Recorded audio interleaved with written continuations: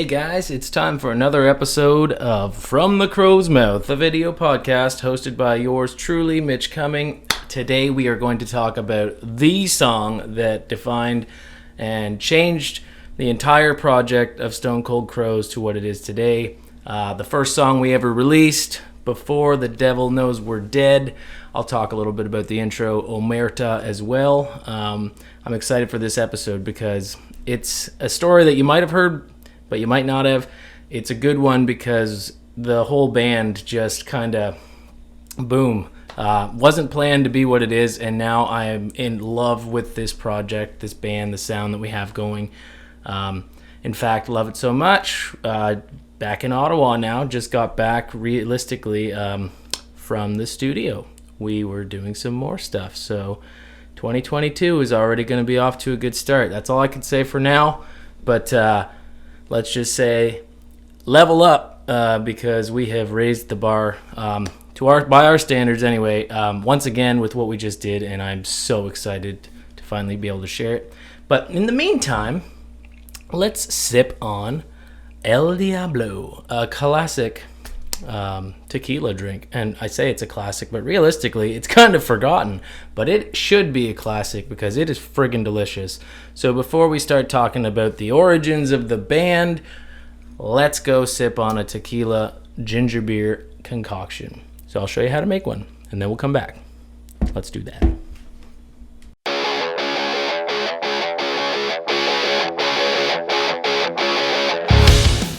On today's rock and roll bartender segment of From the Crow's Mouth, a video podcast hosted by yours truly, Mitch Cumming, lead guitar player, lead vocalist, and songwriter for the band Stone Cold Crows, I'm going to show you how to make a perfectly timed drink. What with the song we're featuring on this episode, Before the Devil Knows We're Dead, I'm going to show you how to make an El Diablo. Now, most people think of margaritas or palomos when they think of tequila cocktails. This one's a little bit forgotten, but it is equally as good. Last week I told you I'm a big fan of making drinks with ginger beer. I really like it. This is another one of those. So if you still have some ginger beer on hand from last week, well, I've got something else for you to try with it. So with that being the case, what you're going to need, tequila, as I have a little bit left in this bottle here of Siempre Plata. That's what I'm going to use. You're going to need Cassis. It's a blackberry liqueur. It really balances the tartness and that zest of the lime with a little sweetness. Really good. Lime juice, as usual. Fresh is always better, but for the sake of simplicity in these videos, I'll just use this. And of course, ginger beer. Now, remember, last week I used the Great Gentleman. This time I'm going to use Fever Tree. You notice this is both ginger beer. This one's a little spicier, but look at the color difference. So you'll find a brand you like. Use whichever one you want. I prefer this one in my dark and stormies, but Fever Tree makes some good stuff too. So without further ado, let's begin. You are going to want to use 1.5 ounces of tequila. And you're going to put that in your cocktail shaker, probably filled with ice, of course. I usually do this stuff before the video. So it's just 1.5 ounces. Do we have enough? Look at that. Bottle finished. Good thing I have another one of these downstairs, because I really like it. We are going to use 2/3 of an ounce of Cassis.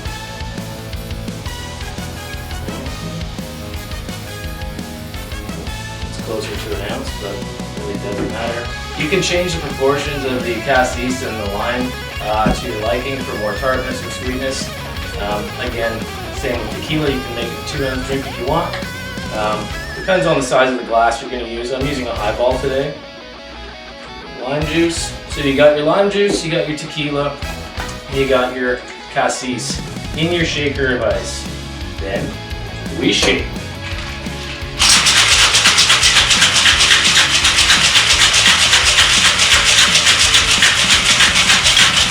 Now some people shake for 30 seconds. Realistically, you just need to shake till your hand feels cold. Make sure the drink's nice and chilled. And of course, we strain. Look at that. Beautiful. Some bartenders also like to layer the Cassis, but I find it mixes better if you shake it up. It's an aesthetic thing, realistically. realized I don't have a pop top. Okay, so bearing with me, you're gonna want something you can open a pop top bottle opener with. So excuse that little mistake there, but you're gonna just top it with your ginger beer, and there you have it. You can garnish with a lime wedge. I like a lime wheel; looks really pretty. And so there you have it, an El Diablo.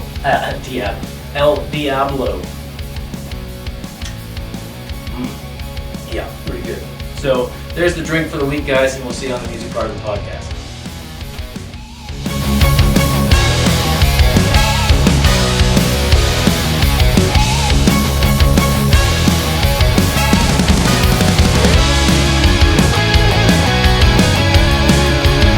Okay, we are back and we have an El Diablo in our hand. Hopefully you saved some of that ginger beer from last week making dark and stormies because, you're going to need it for this drink. And, tequila, it's like one of those things that don't cheap out on it. Bad tequila is bad. Like, it's not like pizza where they say, hey, there's no such thing as bad pizza, right? It ain't that bad. You know what? That does not apply to tequila because bad tequila is just... it'll make you hate the drink, just like I did for a long time before I started drinking this Siempre stuff, and I really like it now. Might even be one of my favorites. So, we've got, El Diablo, of course, the devil. We're talking about Before the Devil Knows We're Dead, the first song we ever released. I'm wearing my devil's hat. It's a hat trick of devils going on here. Good times, though, because I am really excited for this episode. To talk about this song because there's some history here, Stone Cold Crow's history, and this song will forever be the song that started it all. So I guess I should tell that story before we start talking about the music and the lyrics and everything there. So what had happened was when I reached out to Bryson saying, hey, I want to start a band, I want to start a music project, and I've been working on these demos. I had maybe, 30 plus demos, a lot of acoustic blues stuff, like folk or blues rock, and I was like, okay, we need to pick like 5 or 6 of these and go do an EP. And that was the plan. And then when we were getting closer to actually having the recording studio booked with Adam, between the three of us, we're like, okay, well, we need to choose some songs. And we imposed on ourselves a no more new songs added, so we can get prepared for this by this date. And the night before we imposed that date, I sat down and I recorded and wrote Before the Devil Knows We're Dead. And when I sent it to everybody, they were like, okay, we're definitely doing this song. And we did. And it was an outlier at the time. It was like, this is going to be like the heavier version of this project, but we could probably make it work. And when we went into the studio, as you know, we did 2 songs.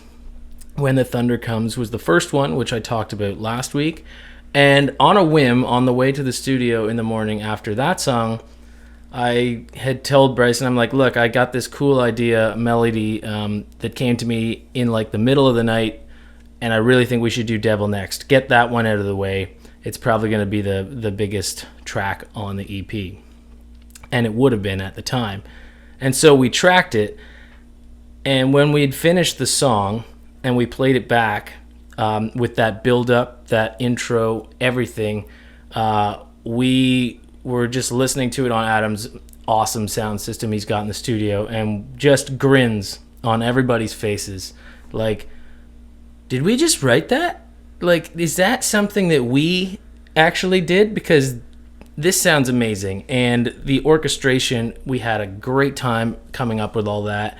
And, putting that little cinematic kind of touch on it with like mandolin lines, and there's like glockenspiel in there. And we played the song back, and then we listened to Thunder, which we'd already finished, and we were like, well, this just sounds hollow and weak now. So we actually, after doing Devil, went back and added orchestration to When the Thunder Comes because it just sounded so plain and boring. And of course, the day we were finishing Before the Devil Knows We're Dead, where we are in Ontario, COVID was running rampant and the government imposed a very strict lockdown. If we would have been caught out of, the community of residents, which of course I don't live where Adam does and Bryson doesn't either, if the police or whomever wanted to, they could fine you $10,000. And Adam being, recording studio, he's a business and businesses were to be closed. So basically we had to pack up and get the hell out and come back in the spring. And it worked out. It actually turned out to be a blessing in disguise because all the other songs for the project no longer fit the sound. And we said, Devil is the sound we want this band to be. So we basically threw the other songs, not in the garbage, but we threw them back into a vault that will never be released for this band anyway. So that is the story, and we put the song out. And actually, I wrote a music video. Like, we were going to do an animated music video for this song when we debuted it, and the quote that we got from animators, and I learned how to write a storyboard. There's like a 48-page document of camera angles, and when this part of the song happens, this is what the camera is showing, and this is the angle they're using. I learned a ton of stuff about cinematography while researching to write this, and we had a storyboard artist do some stuff for us, and I got that.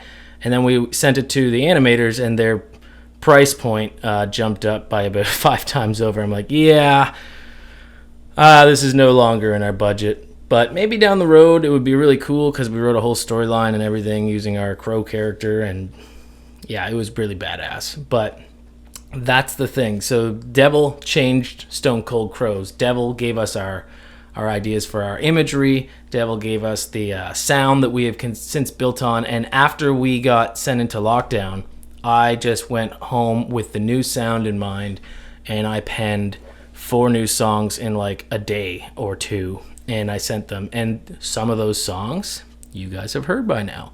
Brave New 84 was one of them. We have another one that we just recorded this past week, and it will be coming out sometime next year. I'm not going to say when, but it sounds amazing. Like, if you think that what we've done so far sounds cinematic and big, well, buckle up because it's coming. So anyway, that's the story for Devil. I don't need to talk about it anymore. It's a very important part of our history, and it's kind of like that Run to the Hills or Number of the Beast or something like that for Iron Maiden. Like, you're never not going to see that song appear next to the band because it just means so much to them. And so this will probably be our version of that. That being said, where did the idea come from anyway? Well, how did we even build that sound? And so the idea of like having this mafia art style, well, we wanted to use some of the sounds that they use in classic gangster flicks. The mandolin kind of makes you think of The Godfather. That was obviously intentional. The Godfather is my personal favorite film. And the other one was we wanted to use some of the stuff that Ennio Morricone, composer, rest in peace, he passed away within the last year or so. But he did a lot of soundtracks to movies that I really liked. The Untouchables with Robert De Niro and Sean Connery. That opening title theme is one of my favorite pieces of music ever. And The Hateful Eight, the soundtrack, he uses just this brooding kind of, he's really good at creating tension. So if you listen to those soundtracks, you'll see where we got the intro from, basically, because we used a lot of the same principles and kind of the way that build the atmosphere that Ennio Morricone does in a lot of his compositions. So that's where that comes from. And when I sent the demos to Bryson and Adam, it's like, okay, this intro is going to be big, but some of the rest of the song is kind of lacking. Like, the chorus was kind of weak. And then Bryson came up with this backup idea, and we tweaked his melody just a tad.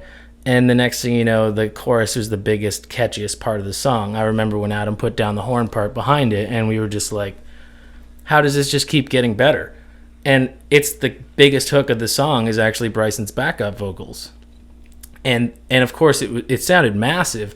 And to just make the song sound even bigger, we actually drop tuned the bass guitar. So the bass guitar is in drop tuning to have a lower end, and the guitars are in standard tuning. And I've never heard of that being done before. I'm sure it has been, but new to me. And just to get that extra low end out there. And of course the guitar solo turned out to be one of my probably best guitar solos that I've ever written. It just flows melodically, and it's simple but complicated at the same time. And I always thought that those melodic solos, Ozzy Osbourne is notorious for finding great guitar players who put together these guitar solo masterpieces, and I feel like that's my best attempt at doing one of those, and it sounds great, and I'm very happy with it. So that's some of the music there. Otherwise, fairly straightforward rock song. I played a mandolin on that track for the first time, omerta, the intro, but also in the song itself, Before the Devil Knows We're Dead. And one takeaway that I had from doing that was that, I don't know how you always see these guys with these sausage-like massive fingers playing this instrument that the frets are super tiny. I was like, how do you even do this? And not to mention that your wrist with that type of picking gets tired really quick. So mandolin, a little more complicated to play than you might think. That being said, what is the song about? Oh, I'm pretty sure you can figure it out if you listen to the lyrics.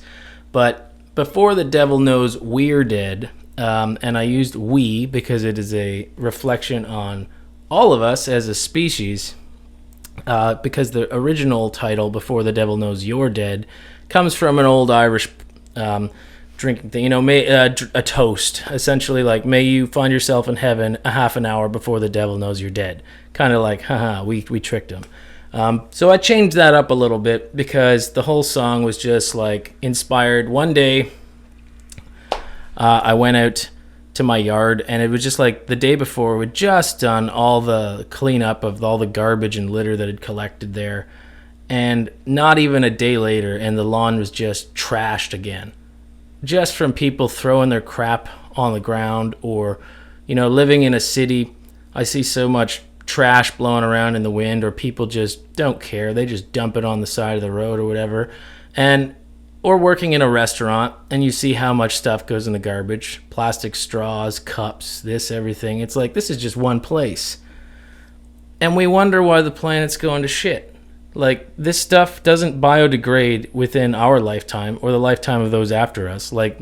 10,000 years, or however long takes plastic to biodegrade, is nothing to, Mother Nature. 10,000 years is whatever.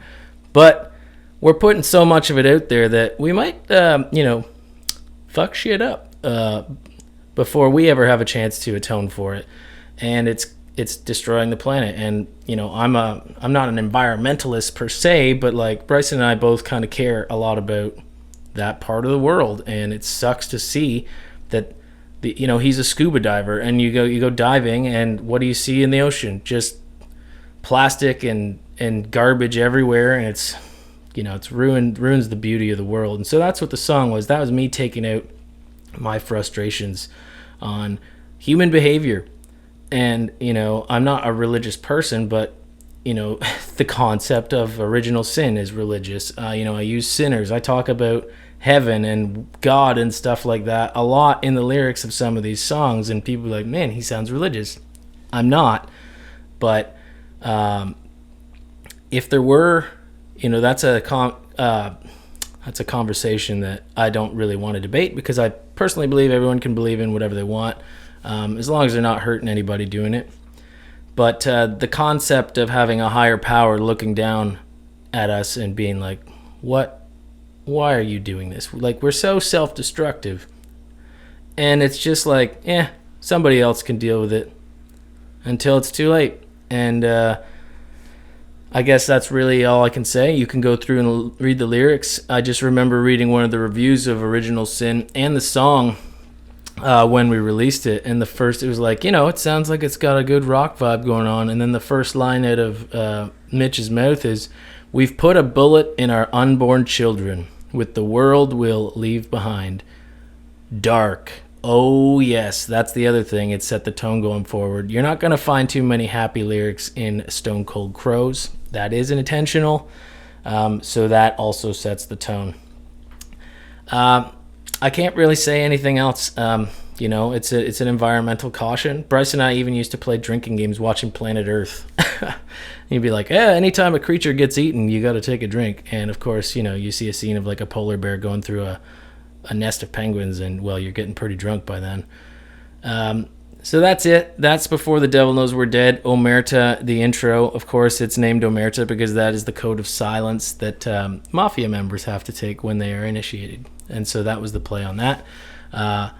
We got one more, guys, before the album is done, at least dissecting it and talking about it. And I'm going to talk about some more stuff coming forward because 2022 is quickly approaching. But for now, the last one's coming next week. The Last of Us. We're going to talk about that and go into the holidays with some news coming. So until next time, guys, remember, dare to be different, create cool shit, and we'll see you next week. Cheers.